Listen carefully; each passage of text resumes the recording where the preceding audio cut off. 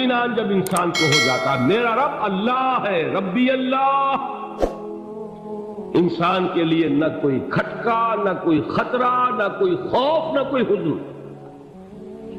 جو کچھ ہو رہا ہے کس کے اذن سے ہو رہا ہے؟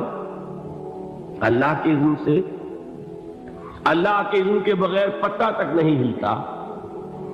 یہ کوئی اندھا بہرا مادہ نہیں ہے جس سے مجھے کوئی خوف ہو۔ اندھا بھینسا چلا رہا ہو اس سے تو ڈرنے کا ہر انسان کو ڈرنا چاہیے، نہ معلوم کس کو ٹکر مار دے، لیکن نہیں، اس کائنات کو چلانے والا ایک سمیع و بصیر خدا ہے۔ وہ جو میرا دوست ہے، میرا ولی ہے، اللہ ولی الذین آمنوا یخرجہم من الظلمات الی النور، اللہ اہل ایمان کا ولی ہے، ساتھی ہے، پشت پناہ ہے، مددگار ہے، حمایتی ہے۔ بتائیے جسے یقین ہو جائے کہ اللہ میرا مددگار، اللہ میرا محافظ، اللہ میرا پشت پناہ، اللہ میرا حمایتی، اس کے لیے کوئی خوف ہوگا؟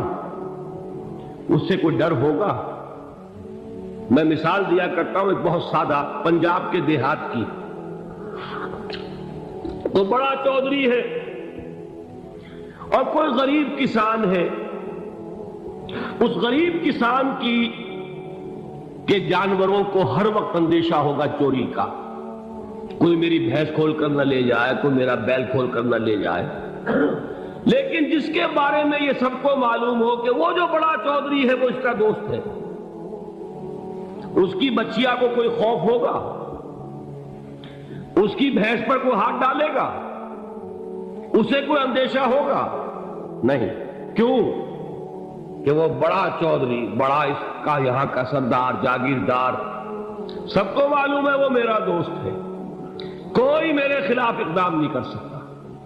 اس دنیا میں یہ چھوٹی سی بات اگر آپ کے دلی اطمینان اور سکون کا باعث بن سکتی ہے تو ذرا تصور کیجئے۔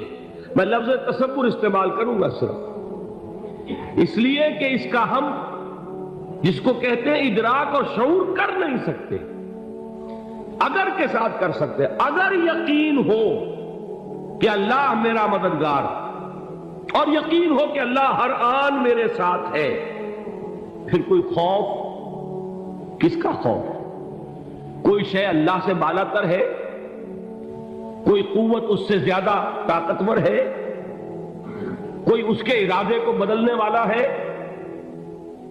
کوئی اس کی مشیت کے آڑے آنے والا ہے؟ یہی بات ہے جو حضور نے فرمائی، یہ ایمان کا حاصل ہے لب لباب،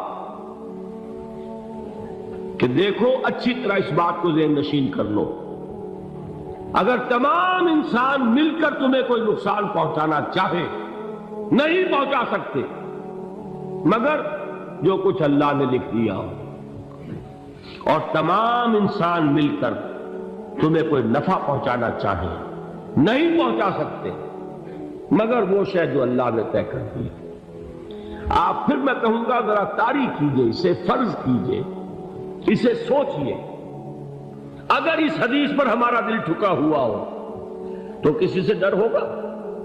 یہ مجھے نقصان نہ پہنچا دے، یہ میری رپورٹ خراب نہ کر دے، یہ میری انکریمنٹ نہ رکوا دے، یہ میرا یہ نہ بگاڑ دے، یہ میرے یہ نقصان نہ پہنچا دے۔ اس کا ڈر، اس کا ڈر، اس کا خوف، اس کی خوشامد، اس کے لیے جا کر طرح طرح سے اپنی عزت نفس کو ذلیل کروانا اس کے سامنے، یہ سب کچھ کیوں کرتا ہے انسان؟ جب سمجھتا ہے کہ اس کے ہاتھ میں میرا کوئی نفع ہے، اس کے ہاتھ میں میرے لیے کوئی ضرر ہے، یہ مجھے کوئی غضب پہنچا سکتا ہے، یہ مجھے کوئی نقصان پہنچا سکتا ہے، یہ میرے کوئی کام بنا سکتا ہے، یہ میری کوئی ضرورت پوری کر سکتا ہے، اسی کا نام شرک ہے۔ ಸ್ಕೂಲ್ ಕಾಲೇಜ್ ಎಲ್ಲ ರಿಓಪನ್ ಆಗ್ತಿದೆ ಗೊತ್ತಾ? ಅದೇ ಬುಕ್ಸ್ ಬ್ಯಾಗ್ಸ್ ಎಲ್ಲ ತಗೊಂಡ್ವಲ್ಲ, ಮುಖ್ಯವಾದದ್ದು ಮಿಸ್ ಮಾಡಿದ್ರಿ। جہاں آپ نے یہ سمجھا کہ غیر اللہ کے اندر کوئی طاقت موجود ہے وہی شرک ہے۔ بتوں سے تجھ کو امید خدا سے نومیدی، مجھے بتا تو صحیح اور کافری کیا ہے؟ شرک تو یہ ہے۔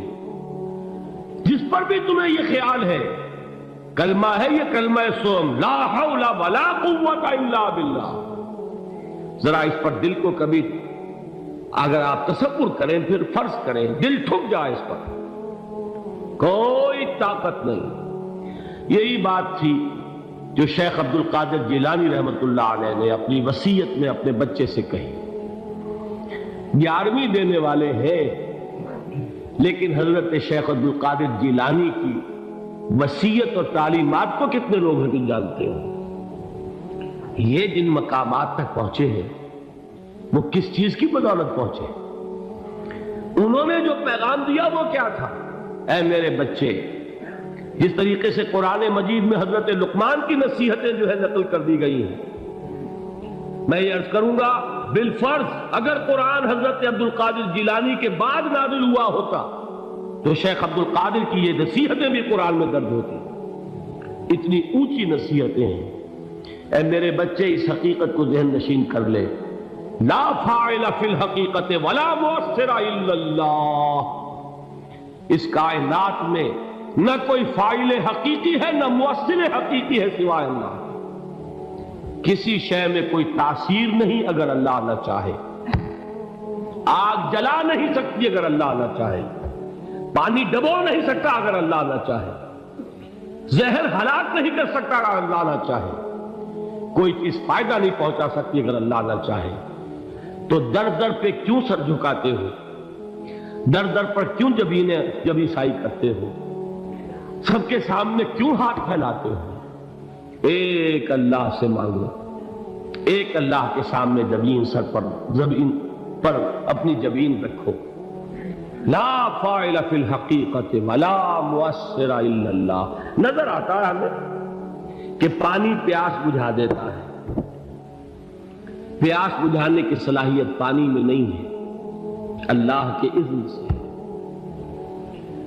کھانا بھوک مٹا دیتا ہے، بھوک مٹانے کی صلاحیت کھانے میں نہیں ہے، اذن رب میں ہے۔ دیکھیے یہی یقین تھا حضرت موسیٰ علیہ السلام کا واقعہ یاد کیجئے۔ سامنے سمندر آ گیا ہے، قوم دیکھتی ہے پیچھے کہ گرد و غبار کا طوفان، معلوم ہوا کہ فرعون اپنے لشکر سمیت آ گیا۔ لشکر جب چلتا تھا تیز رفتاری کے ساتھ تو گرد و غبار کا جو طوفان اٹھتا تھا اس کا تصور کیجیے، اور لمحہ بلمحہ وہ قریب آ رہا ہے۔ پوری قوم نے کیا کہا؟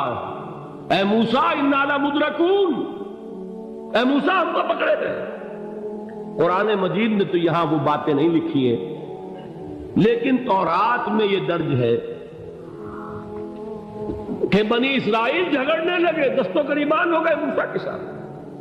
موسیٰ ہمیں یہاں مروایا لا کر، اس سے تو ہم ہی بہتر تھے، وہاں کھانے کو ملتا تھا، زندگی تو تھی، بیگار ہم کر رہے تھے، موت تو نہیں تھی۔ اب جو کچھ ہوگا اس کا تصور کرو، جس طریقے سے ہمارے ٹکڑے اڑائے جائیں گے۔ تو لڑ رہے ہیں حضرت موسیٰ علیہ السلام سے، یہ تورات کی تفصیل ہے۔ قرآن میں صرف اتنا آیا ہے، پریشان ہو کر انہوں نے کہا انا لمدرکون، موسیٰ ہم کو پکڑے گئے۔ اس وقت موسیٰ کا جواب کیا ہے؟ کلا ان معی ربی سیہدین، نہیں، میرے ساتھ میرا رب ہے، وہ راستہ دے گا۔ بتائیے کہاں راستہ نظر آ رہا ہے؟ یہ ہے ایمان بالغیب۔ راستہ نظر نہ آئے تب اللہ پر یقین ایمان ہے، جیب میں پیسے ہوں اور تب دل کو اطمینان ہے تو ایمان کس پر ہوا؟ پیسے پر، اللہ پر نہیں۔ جب وسائل و ذرائع نہ ہو اور پھر یقین ہو کہ اللہ مسبب الاسباب ہے، وہ اسباب کا پابند نہیں ہے، وہ اسباب کا محتاج نہیں ہے، اسباب اس کے محتاج ہے۔